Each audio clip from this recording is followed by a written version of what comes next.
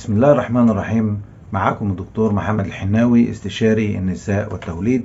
هتكلم النهاردة على التهاب جرح الولادة القيصرية. طبعا الولادة القيصرية من أكثر العمليات الجراحية التي تجرى في هذا الوقت الحاضر. لا تتمكن الحامل بعد إجراء القيصرية من الحركة بشكل طبيعي نظرا للألم مكان الجرح، مما يصعب عليها الاعتناء بمولودها.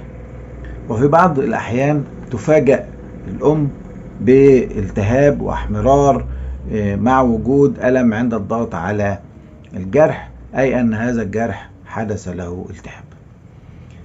بيحدث التهاب الجرح عند إصابة الجرح بعدوى بكتيرية، معظمها بسبب بكتيريا المقورات العنقودية، وبتظهر في حوالي من 4 ل 7 أيام بعد القيصرية.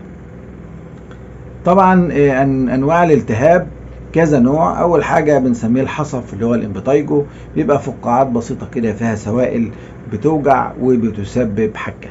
الحاجة التانية خراج، بيبقى برضو اللي هو الأبسس، بيبقى فقاعات بس مليئة بصديد وخلايا ميتة وبيسبب ألم، وبتحس إن الموضع ده بيدق. كمان التهاب النسيج الخلوي، ده بيبقى الجرح في حتة منه أو أكتره محمر ووارم بس ما فيهوش حتت موضعية مكلكعة بحيث إن يبقى خراج، ودي بيبقى معاها ارتفاع في درجة الحرارة واحمرار بالجلد، وبتظهر بعد 48 ساعة من الالتهاب. في كمان حاجة اسمها التهاب اللفافة الناخر في جرح القيصرية، ودي حالة صعبة جدا بس قليلة ونادرة جدا ولكنها شديدة.